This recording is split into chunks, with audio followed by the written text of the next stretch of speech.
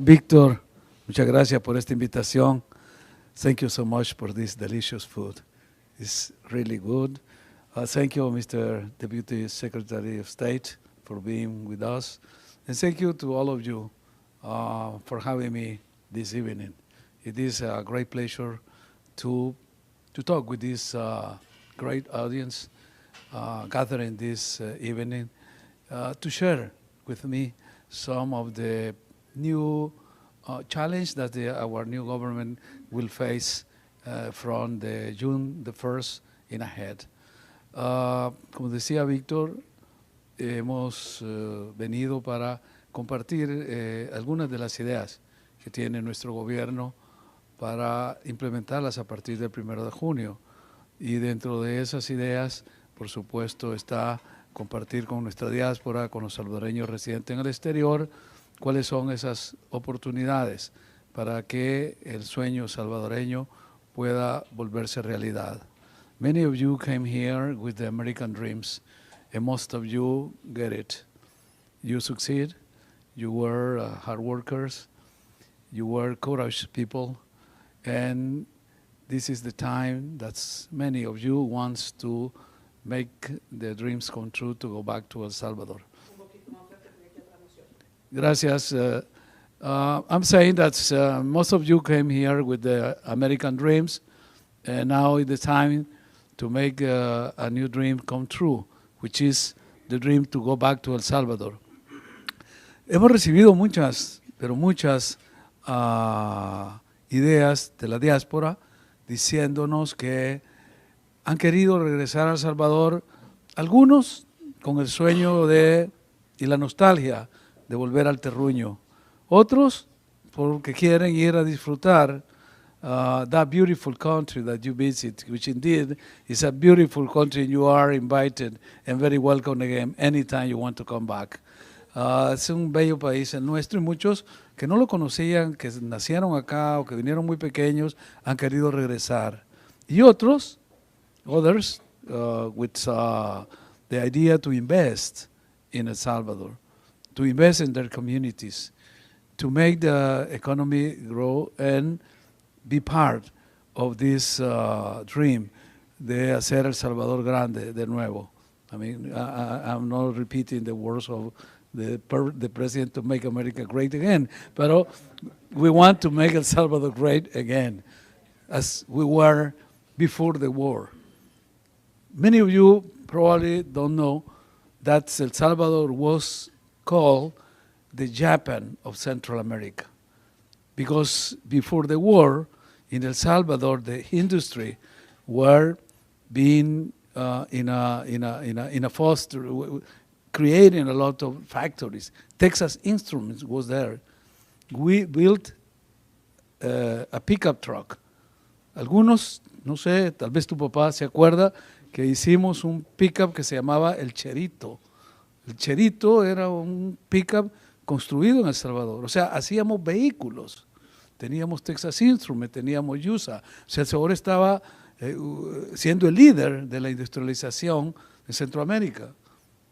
Pero vino la guerra y bueno, things fell apart because that is the war. Ahora es tiempo de la reconstrucción. Y en la reconstrucción, algunos de ustedes quieren participar, quieren ser parte de ese nuevo proyecto, de esa nueva esperanza. Pero muchos, la gran mayoría, regresaron desilusionados porque no encontraron en los gobiernos esa mano amiga que les permitiera invertir, que les permitiera trabajar, que les permitiera abrir fuentes de trabajo. Porque eran gobiernos que estaban al servicio de grupos económicos a los cuales la competencia, a los cuales el llevar desarrollo no les interesaba. Ahora la cosa es diferente. Ahora ustedes van a encontrar un gobierno amigo, un gobierno que ha dicho, que se ha comprometido, que va a facilitar a los salvadoreños que viven en el exterior para que puedan invertir. I am in the States this time for two reasons. One is here in Washington. I spent this morning in the Inter-American Dialogue, sharing the stage with the Minister of Finances of Paraguay, the Minister of Transparency from Brazil, and we were talking about the project of the new government fighting against corruption. And that was the main issue in our campaign. We promised to fight corruption in our government. And it is more than and beyond any political campaign promises. It is a moral imperative to fight corruption. If we want to succeed, we have to avoid any corrupted practices in the government. And this is our commitment, and that is something that I shared this morning. Pero también vine porque mañana viajo a Houston, donde el día sábado vamos a tener una reunión con un centenar de empresarios salvadoreños que residen en todos los estados de Estados Unidos y de Canadá. Llega ya una delegación de Canadá que ya tiene una inversión de $20 millones en proyectos de granjas de pavos en El Salvador, que no solo busca la rentabilidad de un proyecto de ese tipo, sino de proveer de una alimentación sana a nuestro pueblo, pero además crear una cultura y una escuela, porque van a haber becas para los trabajadores y van a venir a recibir capacitación a Canadá para poder manejar esta industria de la avicultura, empezando con los pavos, o sea, los guajolotes, los chompipes, como decimos. Y eso ya es una realidad. Otros ya tienen inversiones también en El Salvador, pero la gran mayoría que me pidieron durante la gira que yo hice acá, de agradecimiento a las comunidades, because most of you are aware that I did a tour starting in New Jersey, New York, here in Washington, D.C., in Atlanta, in Las Vegas, ending in San Francisco, to thank the community for the support that we received during the campaign. And in that tour, we received a lot of advices, a lot of demands on asking the new government to open opportunities to invest in El Salvador. Y por eso decidimos hacer una reunión en la que en una ciudad pudieran llegar todas las personas que estuvieran interesadas. Y escogimos Houston porque en la gira no pudimos ir a Houston y era importante tener contacto con la comunidad del sur, la comunidad de Texas, donde también, igual que acá, que tenemos una comunidad grande en esta zona de D.C., Maryland, Virginia, pues también en la zona de Texas hay otra comunidad importante. Habíamos estado en California, entonces queríamos estar en el sur. Y ahí se convocó la reunión para el sábado 25, donde van a llegar estos empresarios. Y yo le pregunté al presidente Bukele si teníamos alguna posibilidad de traer algunos portafolios de proyectos para presentarlos a la comunidad.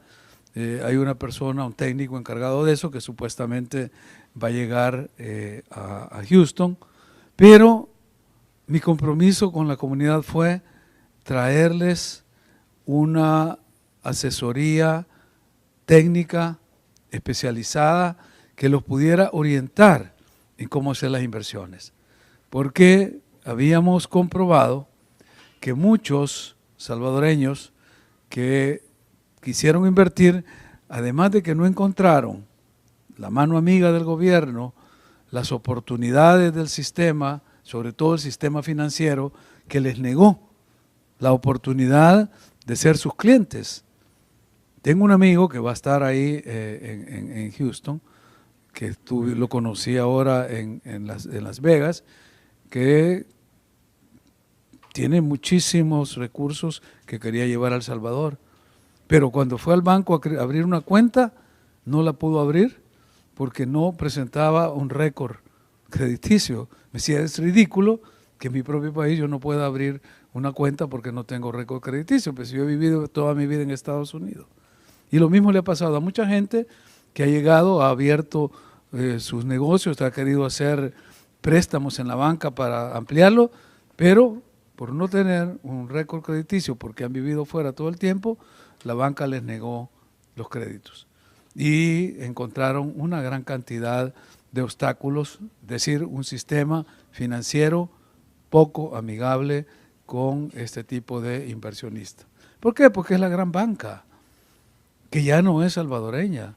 Los bancos los vendieron, las familias salvadoreñas, y ese dinero ni se conoció cuánto fue, ni se hizo en El Salvador, ni se pagó un centavo de impuesto.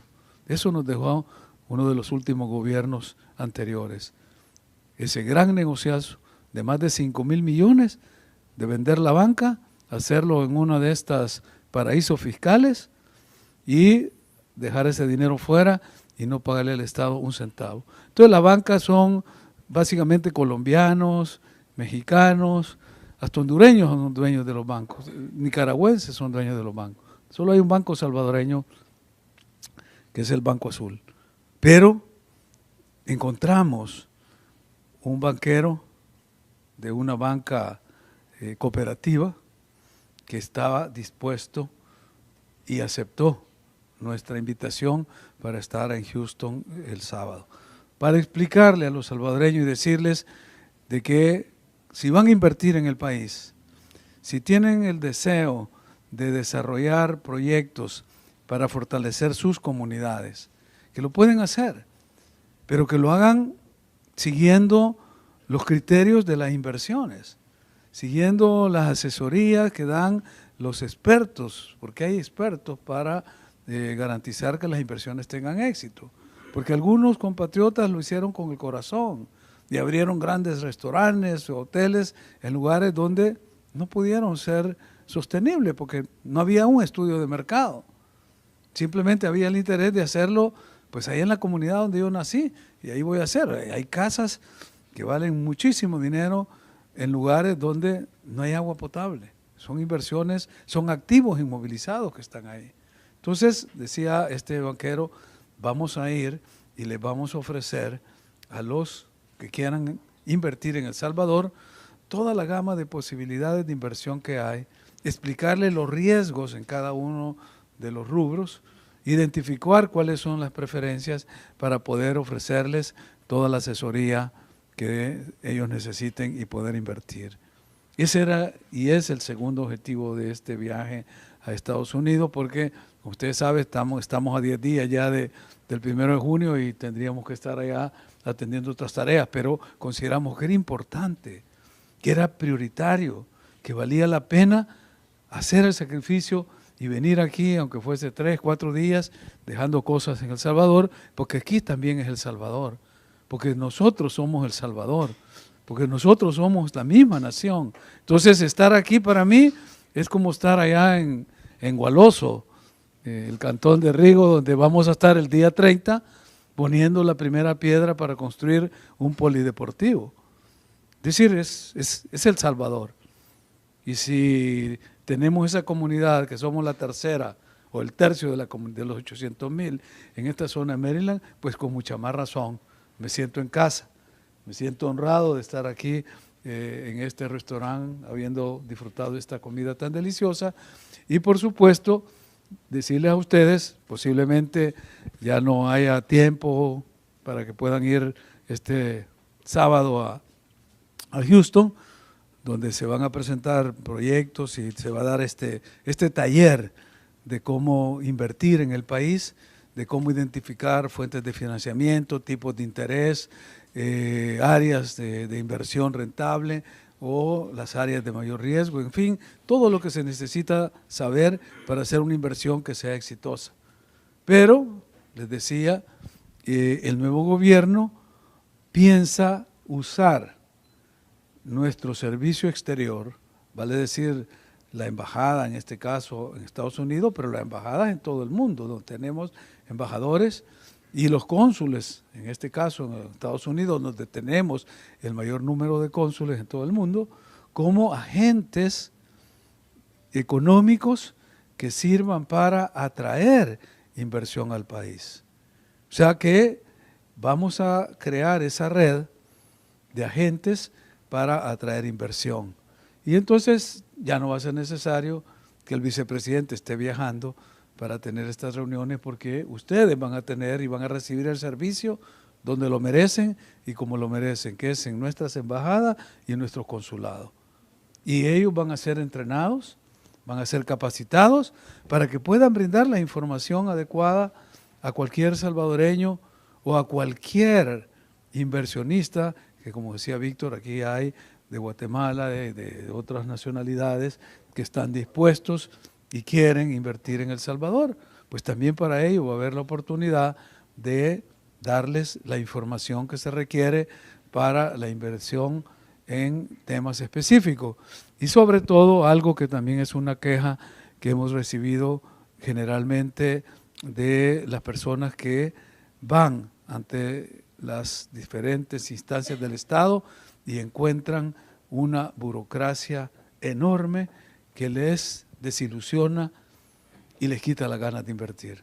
Hay una empresa de Atlanta, de unos amigos, que tenían ya 3 años de estar gestionando un permiso para hacer y desarrollar un proyecto. Y los mandaban de una oficina a otra, de un ministerio a otro, y estaban, decían ellos, están jugando con nosotros. Creemos que hay algún interés de algún sector que no quiere que nosotros abramos esta empresa porque vamos a hacer competencia. Y están usando al Estado para negarnos los permisos. Eso se va a terminar en nuestro gobierno. No vamos a permitir que haya ese tipo de juego con la persona que quiere invertir y a la cual, mediante esa manipulación de la información, se le anula su derecho y su interés por hacer las inversiones. Entonces, la facilitación en la tramitomanía, y fíjense que no digo tramitología, porque Nayib, cuando dijo que íbamos a tratar de reducir al máximo la tramitología, cuando estábamos en una reunión con Coexport o con una de las gremiales de exportadores, él dijo, no, le dijo, la tramitología es la ciencia que estudia los trámites. Lo que vamos a evitar y vamos a combatir es la tramitomanía, porque es esa manía de meterle trámites a cada cosa. Eso es lo que vamos a combatir, porque a cada cosa se le quiere poner una serie de requisitos y una serie de pasos que hay que seguir para hacerle difícil, para hacerle un calvario a la gente. Así que con esa promesa, quiero agradecerle la presencia de ustedes y por supuesto, pues si hay alguna pregunta, pues estamos dispuestos a contestarla. Muchas gracias y muy buen provecho.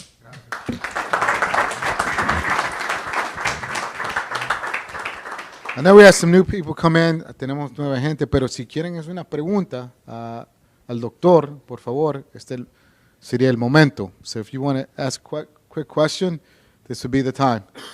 Do you have a question, Roberto? Okay. Is anyone else? No? Okay. Jaime Contreras, vicepresidente del sindicato 32BJ de SEIU. Nosotros hemos estado haciendo un proyecto en El Salvador desde el 2011 de capacitación sindical, proveyendo entrenamientos de formación a los sindicatos en El Salvador. Hicimos una jornada de una semana entera en el 2012 y hemos estado haciendo unos proyectos aquí, unos proyectos allá. Una pregunta que el sindicato de nosotros acá tiene cerca de 20,000 miembros solo en esta área. Tenemos 175,000 miembros, perdón, en 11 estados de la costa este y a nivel nacional 2 millones de miembros. De esos 2 millones, después de la población mexicana, los salvadoreños somos el número más grande de agremiados en SEIU. Somos 100,000 salvadoreños y se estima de que 1 de cada 5 salvadoreños tiene TPS. Sabemos lo que está pasando en el Congreso ahorita. Ayer pasó en el comité el Dream Promise, que tiene que ver con DACA y tiene que ver con TPS. Pero mi pregunta es con respecto a…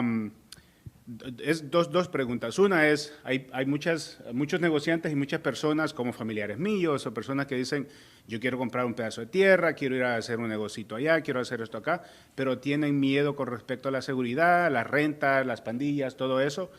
Mi pregunta es, ¿qué le diría a usted a ese tipo de personas con el nuevo gobierno? Y la otra pregunta es, ¿cómo ve la crisis migratoria en la frontera ahorita y nuestra gente que está queriendo entrar a este país? Bueno, yo creo que empezando por lo último, cómo está la situación migratoria, y relacionado con la primera, con el tema de seguridad, son dos situaciones totalmente interrelacionadas.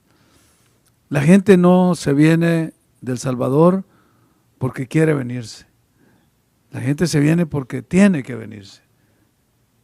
Y lo dijimos en una ocasión, la migración es un fenómeno natural que si se administra adecuadamente es un activo para el país que recibe al migrante y un activo para el país de donde sale el migrante.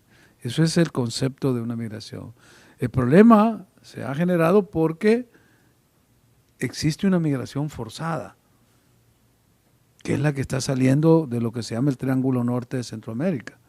Y dentro de las causas estructurales que generan esta migración, que es la pobreza, la falta de oportunidades, la exclusión, la marginación que hay en muchas de las comunidades expulsoras de migrantes, ahora se ha agravado con el tema de la seguridad, porque la violencia ha llegado a las comunidades, se ha apoderado del territorio y son una amenaza para los jóvenes, incluso para los niños, porque ya muchos niños de 7 años ya están integrándose en las pandillas, como antenas, como ir a recoger la renta, de muchas maneras.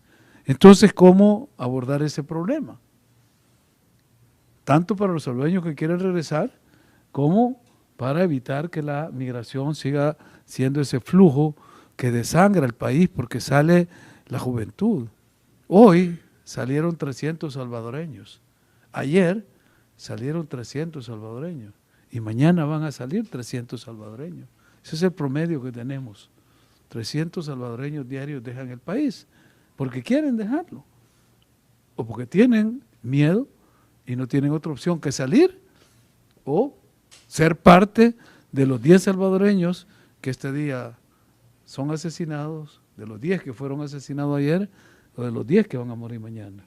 Esa es la tragedia del país.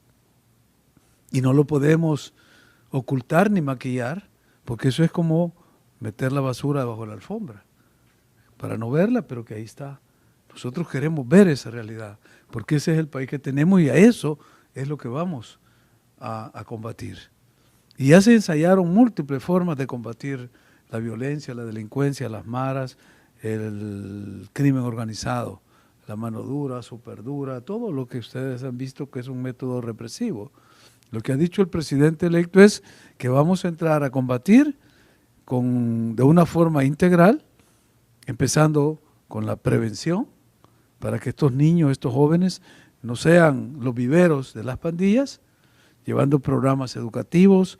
Él, cuando fue alcalde de San Salvador, creó la Sinfónica Juvenil, becó a España más de 2.500 jóvenes con la Liga Española a jugar y aprender a jugar fútbol, hizo el ballet de la capital, en fin, muchos programas que atrajeron a la juventud a actividades no delictivas. Ahora dice, lo vamos a hacer a escala nacional. 100.000 becas va a tener el plan Dalton, que si ustedes lo ven en el plan Cuscatlán, el plan Dalton implica 100.000 becas. 300.000 oportunidades para deporte y posiblemente la sinfónica juvenil más grande del mundo. Porque dice, si pudimos hacer la sinfónica juvenil en San Salvador, la vamos a hacer en los 14 departamentos. Y si un día unimos a todos los 14 departamentos en la sinfónica, va a ser la más grande del mundo. Esa es una meta. ¿Para qué? Para prevenir el crecimiento de las pandillas y quitarles ese vivero. Pero también a combatirlos, ¿verdad? Es decir, no se va a permitir, no se va a tolerar que siga habiendo estas acciones criminales, la renta. Ya hay planes que se están trabajando. Hay un plan que se llama El Salvador Seguro, que lo discutíamos hoy con otros organismos a mediodía, pero tenemos una visión para enfrentar a los que están delinquiendo en este momento.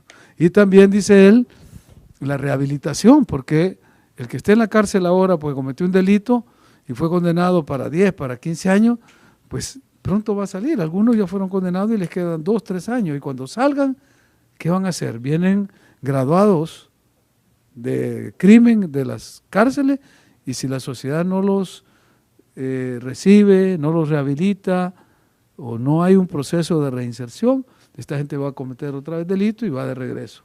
Entonces hay un programa de reinserción y rehabilitación que se va a trabajar para que estas personas puedan rehabilitarse y cuando salgan de la cárcel ser útiles a la sociedad. Ya hay asistencia de muchos organismos internacionales que van a empezar, incluso ya había un proyecto que ya pronto se va a ejecutar, de que los reos produzcan su propia comida, o sea que no haya que estar gastando todos los días en 130,000 servicios de comida diarios que paga el Estado, porque son aproximadamente 40,000 los internos que hay en todos los centros penales, y si lo multiplicamos por 3 tiempos de comida, estamos hablando de más de 120,000 servicios de comida que hay que dar, y eso hay que pagarlo. Entonces vamos a empezar porque ellos produzcan su propio alimento. Claro, eso no le gustó a las empresas que dan ese servicio de comida, que es la gente que se va a oponer a todas estas medidas que va a hacer el nuevo gobierno, porque ese es un gran negocio. Ustedes saben que un expresidente de la República es el que tiene ese negocio. Bueno, pues vamos a parar eso y que los reos produzcan, que sean útiles. Ya empezamos con el programa Yo Cambio, que es un programa de unos reos que están ya procesados y que tienen beneficio de buena conducta, que han demostrado voluntad de reinsertarse y salen a hacer obras de carácter comunitario, a reconstruir escuelas, a limpiar las calles. Este programa Yo Cambio se va a ir extendiendo para permitirle a estos reos que ya están en esa fase de confianza, así se llama por los jueces penitenciarios, ingresar a la sociedad ya como ciudadanos rehabilitados que cometieron un delito, que pagaron por ese delito, cumplieron su pena y hay que darles la segunda oportunidad. Pero hay que prepararlos para que puedan ser útiles, porque si salen y se les da la segunda oportunidad van a seguir delinquiendo y van a volver a regresar, que es lo que ha pasado. Cuando han salido y han vuelto, hay unos que han entrado hasta 3 veces a la cárcel porque la sociedad no los recibió. Salieron tatuados, salieron marcados y salieron sin ninguna posibilidad de insertarse. Entonces esa es como la visión que hay para combatir el problema desde el punto de vista estructural, llevando programas de desarrollo a las comunidades para que haya oportunidades de estudiar o de trabajar para la juventud, combatiendo a través de la prevención ese alimento diario que le llega a la pandilla de todos los niños, de los muchachos jóvenes que no tienen qué hacer y se van ingresando a la pandilla, ofreciéndoles oportunidades de deporte, de arte, de otro tipo de educación. Y finalmente, pues con la rehabilitación. Yo creo que eso es una visión integral para entrarle al problema. Y a los salvadoreños que quieran invertir, que tengan temor que en sus comunidades hay todavía violencia, pues tampoco se les va a engañar, no les vamos a decir mentira. Esto no es un problema que se va a resolver de la noche a la mañana, pero se está trabajando para ir creando más seguridad en las comunidades, estableciendo puestos de policías permanentes en las comunidades, porque la queja es que cuando la policía llega, hace un operativo y se queda 2 o 3 días, pues hay tranquilidad en la comunidad, pero cuando ellos se van, vuelven otra vez, ¿verdad?, los miembros de estos grupos criminales y vuelven a asolar la población y a hostigar y a delinquir. Entonces la idea es ir recuperando los territorios progresivamente. Eso es lo que les diría yo sobre ese tema.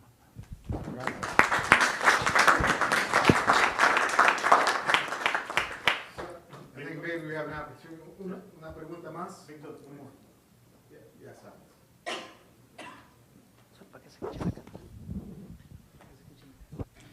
Bueno, buenas tardes a todos y a señor vicepresidente, la segunda vez que tengo el honor de estar con usted, junto con el secretario de Estado y con Víctor. Mi pregunta va a ser muy específica sobre este tema.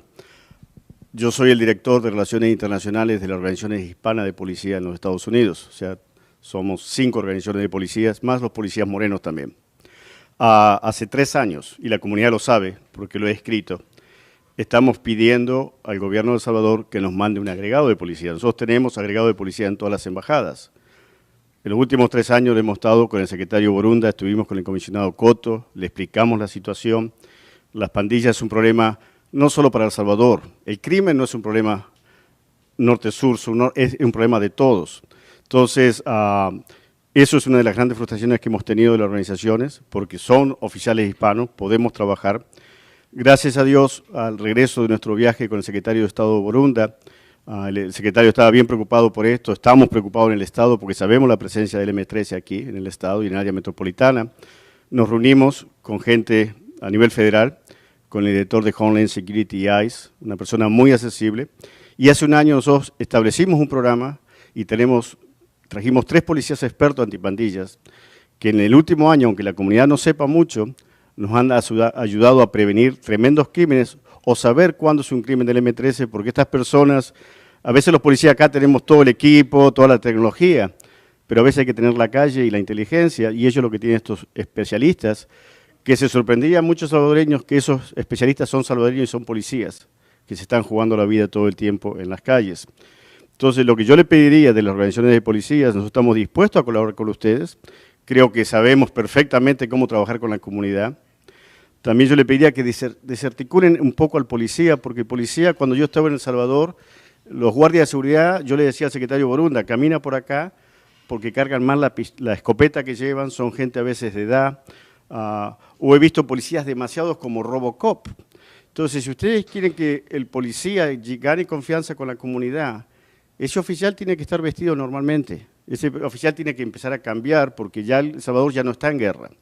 Entonces, yo creo que eso es algo que ustedes tienen que poner atención, de bajar a ese policía y saber que ese policía es una autoridad, pero es autoridad porque el público le está pagando su salario, que es un funcionario público. Entonces, lógicamente, y el pedido a usted de que realmente, inmediatamente, usted esté en su oficina, envíen el agregado de policía a la embajada aquí, porque ese es el mensajero, esa es la persona que nosotros podemos estar trabajando con él. Nosotros no podemos ir a El Salvador, pero el agregado de policía puede estar en los departamentos nuestros, puede estar patrullando, haciendo un intercambio directo, y en los últimos 3 años no hemos tenido éxito con eso, señor vicepresidente. Gracias. No, hay cosas que uno puede hacer y cosas que uno no puede hacer. Esta petición suya es factible y creo que la vamos a hacer.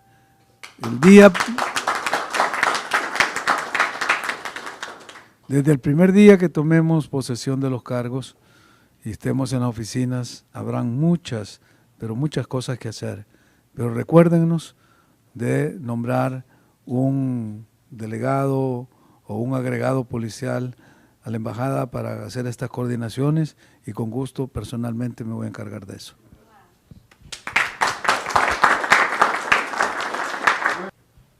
Gracias, señor vicepresidente, por estar presente acá con nosotros. Es muy valiosa su participación acá. Eso demuestra que hay una apertura en el gobierno, un cambio que necesitan hacer en el gobierno. Es muy importante eso para toda la comunidad y el país.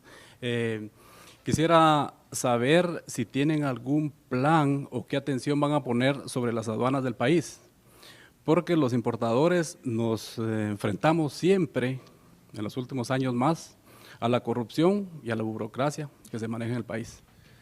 Bueno, el tema de las aduanas ha sido siempre un dolor de cabeza para todos los gobiernos y uno de los focos de corrupción por antonomasia.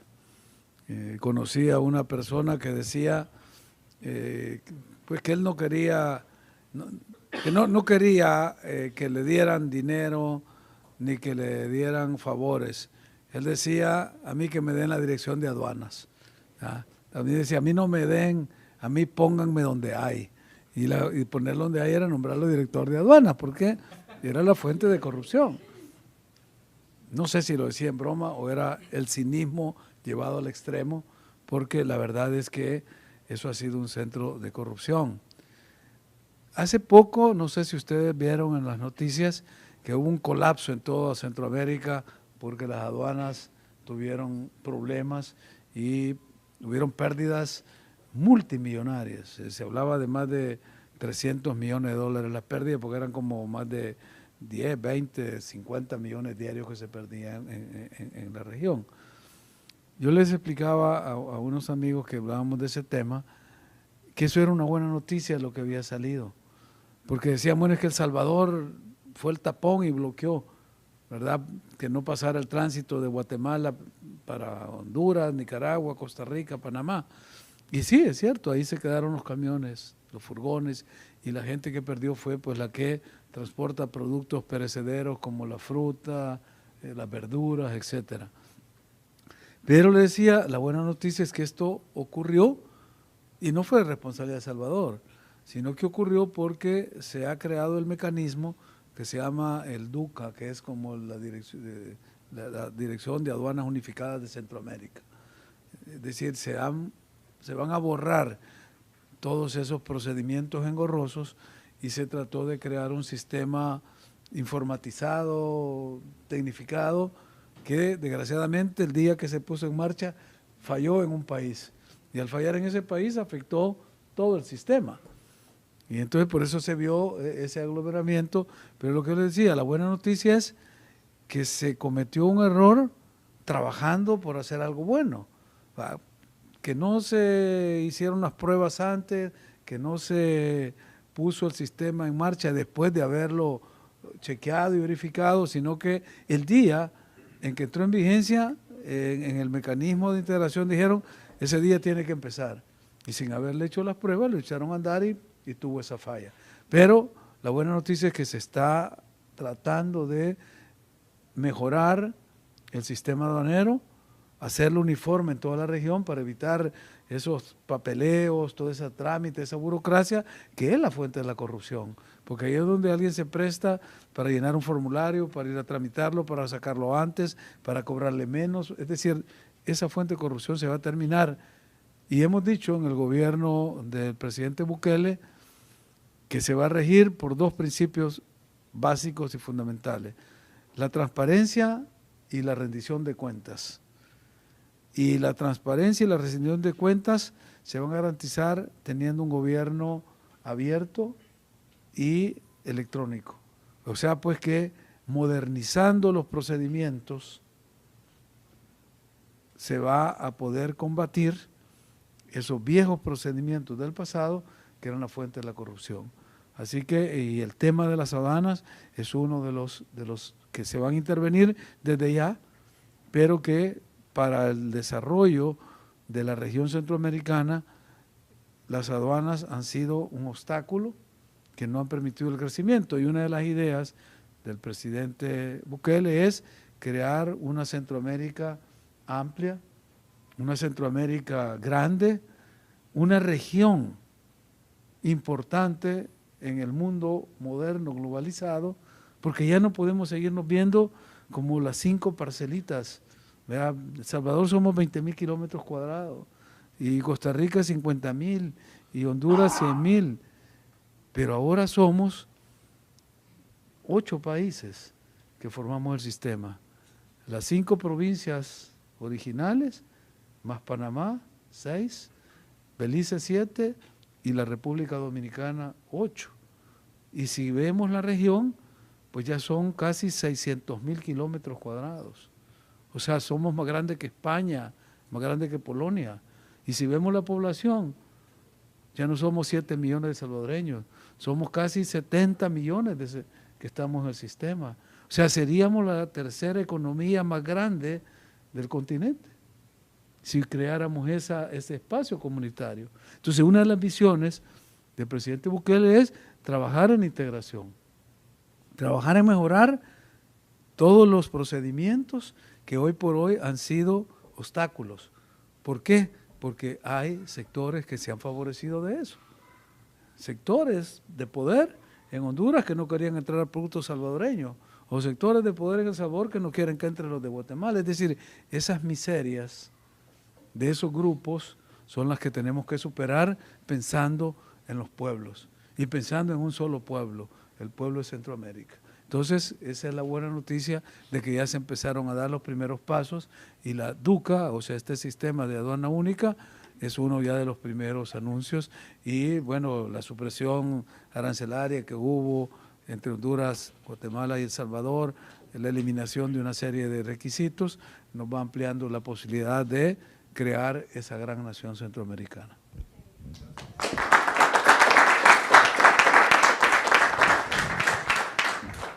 Thank you so much, everyone. Gracias por estar aquí con nosotros. Gracias al Vicepresidente Felix Ulloa, el doctor. Thank you so much. The future Vice President of the Republic of El Salvador, Dr. Felix Ulloa. Thank you so much. A big round of applause, and thank you everyone for coming.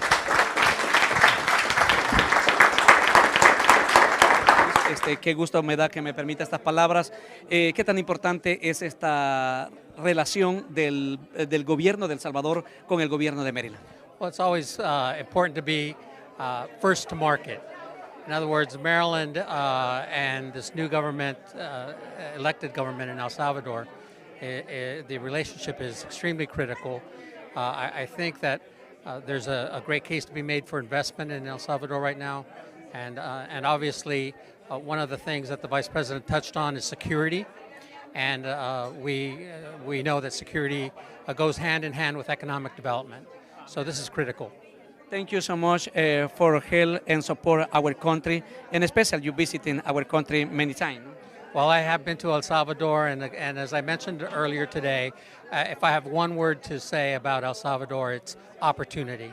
I think that there's so much opportunity in El Salvador for investment right now, and we just think that this is a great time. So we thank the Vice President for coming to the state of Maryland, and we thank you for all that you're doing on behalf of the Salvadoran community. Y es instalar las ICIs en El Salvador, por favor. Bueno, sí, como lo prometió el presidente Bukele en la campaña, nuestra lucha contra la corrupción va a ser frontal y desde el primer día de nuestro gobierno. Por eso, la promesa de formar unas ICIs la vamos a cumplir. Y tenemos las dos vías para que las ICIs funcionen en el país. La vía ejecutiva, que depende de un decreto administrativo de parte del presidente, y con eso la CICIG empieza a funcionar. Pero luego, para que pueda pasar por el Congreso, o sea, por la Asamblea Legislativa, vamos a negociar los convenios de asistencia internacional con Naciones Unidas y con la OEA. Ya el presidente estuvo acá en Washington un par de veces, se reunió con el secretario general Luis Almagro y este le expresó su incondicional apoyo técnico para instalar la presencia de OEA en la CICIG. Y con Nueva York tenemos las pláticas adelantadas a nivel de los equipos técnicos del secretario general y también están listos para dar la asistencia desde Naciones Unidas. Ambos casos van a necesitar la firma de convenios de asistencia técnica y esos son los que se van a llevar a la Asamblea Legislativa. Pero para no esperar que los diputados se pongan de acuerdo, que esto puede durar meses o años, entonces nosotros vamos a actuar por la vía ejecutiva y mediante un decreto presidencial vamos a empezar a funcionar creando la CICIG desde la Presidencia de la República. Caiga quien caiga, doctor. Bueno, la lucha contra la corrupción no tiene ni sesgos, ni tiene preferencias, ni tiene agendas políticas. Es una demanda de la ciudadanía que está cansada de este flagelo y que, como hemos visto, los últimos 3 presidentes han sido procesados por corrupción. Uno murió durante el juicio, otro está condenado porque aceptó haber participado en hechos de corrupción y un tercero está exiliado en un país vecino y eso para la población necesita que sea reivindicado. El pueblo está pidiendo de que estos casos no queden impunes. Por eso la CICIG quiere decir Comisión Internacional contra la Impunidad y la Corrupción. CICIG. Entonces vamos a luchar contra esos dos flagelos, la corrupción y la impunidad. La gente nos ha preguntado por redes sociales desde dónde nos va a acompañar, cuál va a ser, le ha dado ya un cargo, una posición el presidente, aparte de ser nuestro vicepresidente. Bueno, el presidente me ha pedido que asuma 2 grandes áreas de responsabilidad en el nuevo gobierno. La lucha contra la corrupción y el trabajo en la integración centroamericana. Van a ser las 2 áreas de intervención mía. Luchar por fortalecer las instituciones de la integración, pensar en la patria grande, reconstruir la República de Centroamérica, hacer realidad el sueño de Francisco Morazán en estos 5 años, va a ser uno de mis objetivos. Y luego luchar desde las CICIG y de la lucha contra la corrupción para dejarle al pueblo una herencia, un legado, una nueva cultura de honestidad, de transparencia y de buen gobierno. Esos son los dos retos que tengo. Para finalizar, ¿quiénes han confirmado a la asistencia de poder de los presidentes, digamos, de los países que están aliados a El Salvador? Bueno, tenemos confirmación de muchos presidentes, jefes de Estado. Dentro de ellos creo que está el de Panamá, ya confirmó, Guatemala confirmó, República Dominicana. Y ayer me confirmaba de Bolivia la asistencia del presidente Evo Morales, que va a estar presente. ¿México va a estar presente? No nos han confirmado si va a estar el presidente o una delegación con el canciller o con otro alto funcionario. Pero sí van a tener presencia en México, pero no sabemos si sea a nivel presidencial o a nivel de otro funcionario. ¿El secretario de Estado de los Estados Unidos, el Departamento de Estado? Tampoco no sé, porque todavía esa información se está manejando reservada por razones obvias. Los presidentes prefieren mantener en reserva sus movimientos. En el caso de Evo Morales, porque la información me llegó y se me pidió que la comunicara al presidente y a las relaciones que tenemos, y para nosotros pues es importante tener presencia de jefes de Estado de esa calidad. ¿Qué tan importante es para El Salvador y para todos los salvadoreños que se haga la toma de posesión en una plaza pública abierta para todos? Esta es la primera vez en la historia contemporánea que un traspaso de mando se hace en presencia del pueblo, con el testimonio del pueblo y con la participación del pueblo. Esto va a ser historia. Hay un antes y un después de la toma de posesión de Nayib Bukele. El antes, que eran actos cerrados, actos elitistas, y un después, que son actos del pueblo, actos abiertos, donde el pueblo va a poder dar testimonio de esa solemnidad. Bueno, ¿qué mensaje le deja al pueblo salvadoreño antes de tomar posesión? De que, como dijo Nayib, no nos dejen solos.